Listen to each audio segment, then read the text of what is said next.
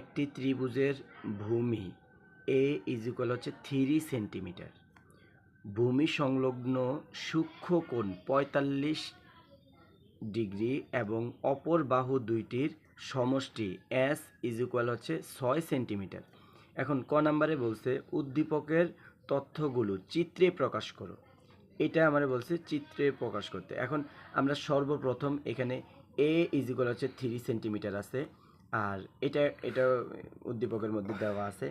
আর নিচে আরেকটা বলছে, আরেকটা দাগ নিতে বলছে, এই ত্রিভুজের একটা ভূমি নিতে বলছে, সেটা হচ্ছে এস ইজ ইকুয়াল 6 সেন্টিমিটার। এখন আমরা সরাসরি দেখো এখানে একটা 3 সেন্টিমিটারের একটা নিছি, এই ভূমি নিছি, তারপর হচ্ছে আরেকটা নিছি এস ইজ ইকুয়াল 6 সেন্টিমিটার। বিষয়টা বুঝতে পারছো? এইটা নেওয়ার পরে এখন বলছে এখানে 45 ডিগ্রি একটা কোণ তৈরি করতে বলা হয়েছে, 45 ডিগ্রি কোণ। এখন এটা আমরা আট করব কীভাবে? তাহলে সর্বপ্রথম আমরা এইখান থেকে 6 সেন্টিমিটারের একটা ভূমি নেই, এই যে 6 সেন্টিমিটারের একটা ভূমি নিয়েছি। নেওয়ার পরে আমরা কম্পাসটা মোটামুটি একটা সাইজে নেব, নেওয়ার পরে এই যে এই মাথার সর্বশেষ যেখানে আছে এখানে মোটামুটি এই যে এটা ধরবো, এটা ধরার পরে এই যে এখান থেকে এভাবে আমরা পরিপূর্ণ বৃত্তটা না, অর্ধেক বৃত্তটা এভাবে আট করব।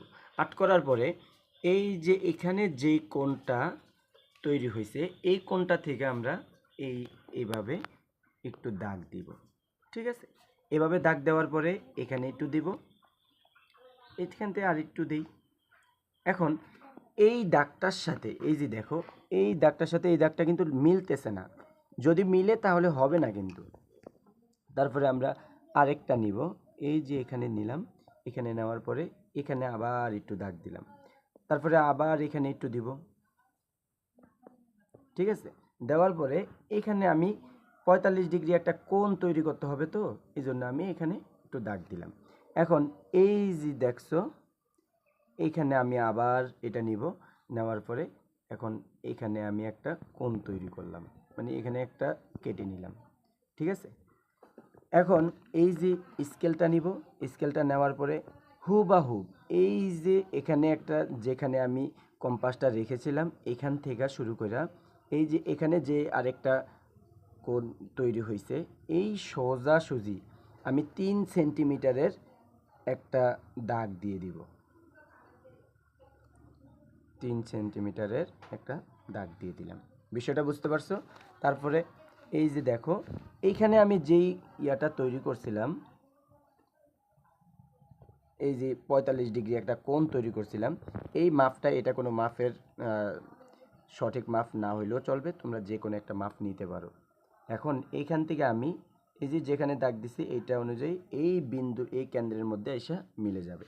এখন এইখানে হচ্ছে এক্স, এটার নাম হচ্ছে এক্স, আর এই কোণটার নাম হচ্ছে মান হচ্ছে 45 ডিগ্রি।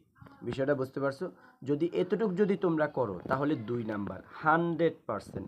তবে হ্যাঁ, এই প্রশ্নটা হুবাহু এই প্রশ্নটা আসতে হবে, যেমন উদ্দীপকের মধ্যে এই প্রশ্নটা এইভাবে আসতে হবে।